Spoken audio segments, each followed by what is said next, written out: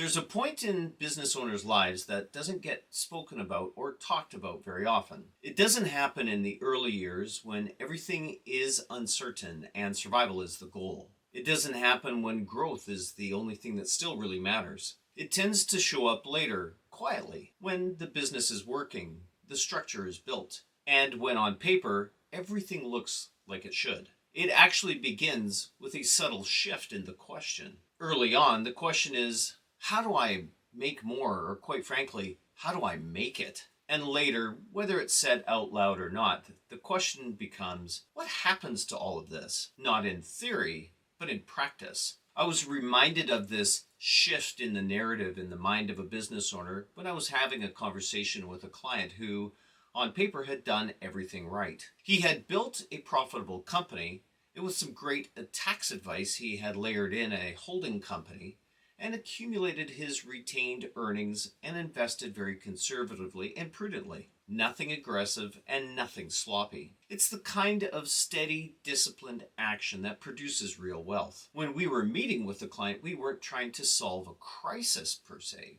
because there wasn't a crisis to solve at the moment. The business was stable, his family was intact, and the advisors that were at the table were all very competent. And if you looked at him from the outside, you'd think that there's very little to question. But somewhere in the middle of the conversation, we stepped away from performance and started looking at structure. And that's where everything changed. And as we were having this conversation, at a point in time, I asked him a question that didn't seem very complicated at the time. And that question was, if something happened to you tomorrow, where does the liquidity come from? And specifically, I wasn't asking where the value came from. I was asking where the liquidity came from. And of course, this is a very small distinction, but it carries a lot of weight. Because a corporation can hold significant value and still be illiquid when liquidity is needed the most. Assets can exist and wealth can be very real. And yet, when something forces movement like death,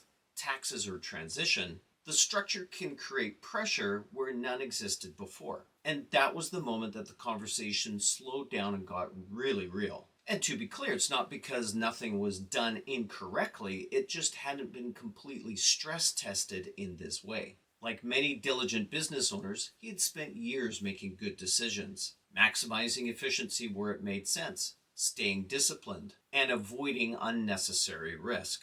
But all those decisions had come with a certain frame, a goal in mind, and that was accumulation. And accumulation, while it's extremely necessary, doesn't answer every question. It doesn't tell you how capital behaves when it needs to move. It doesn't tell you what happens when timing is not optional. And it doesn't always account for the fact that the balance sheet needs to move and do different things in different ways. And as we continued talking, another layer came into focus. His family structure was fairly straightforward on the surface, but underneath it carried a bit of complexity. One child was primarily involved in the business and the other was not. There was no tension today, but the structure didn't really reveal what kinds of tension and what kinds of risk would be apparent in the future, which meant that the risk wasn't visible, but it was deferred. And that's where planning often gets a little bit more demanding. Not when something is broken directly, but when you can see the potential for things to break down under the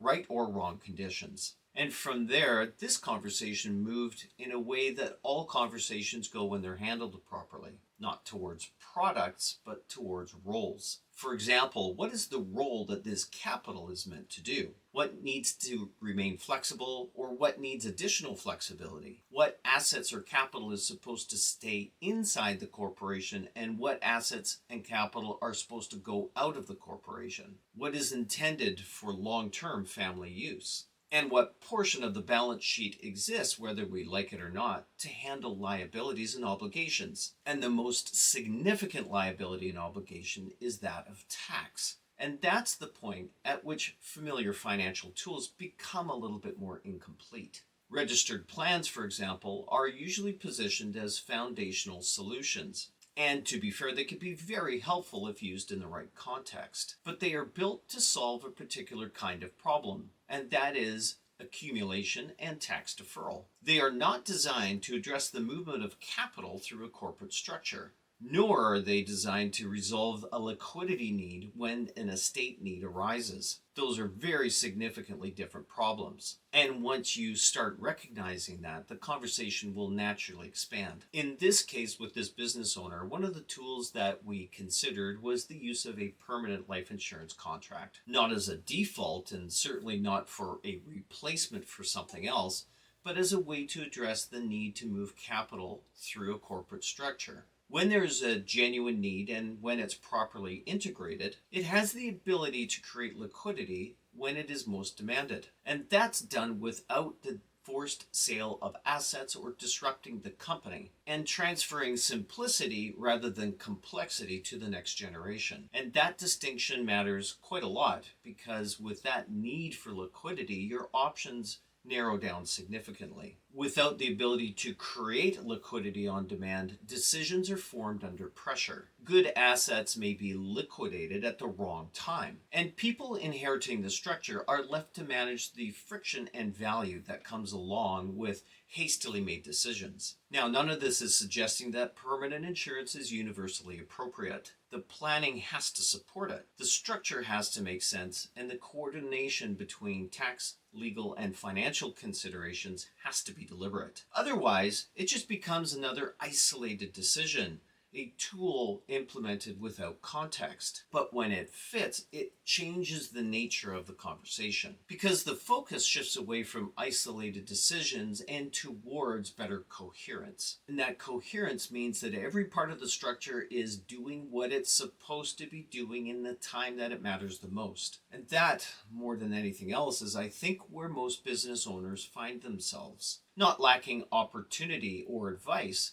but lacking integration. What they want is, and quite frankly, whether they're able to articulate it clearly or not, is a structure that holds up over time. One that doesn't rely on perfect timing. One that doesn't force difficult trade-offs to the next generation. And one that doesn't necessarily just reflect the value that they've created, but the responsibilities that come along with that value. And this just doesn't happen by default. It happens when somebody is willing to step back and look at the entire structure, not just the components of it, and ask tough questions about whether this structure still works when the conditions change. For some, that realization comes with enough time to plan for it, and for other business owners, it comes too late. But in almost every case, the opportunity isn't in finding a better investment or a more sophisticated product. It's about making sure that the structure aligns with the goals that they're trying to achieve. Because once that alignment comes into place,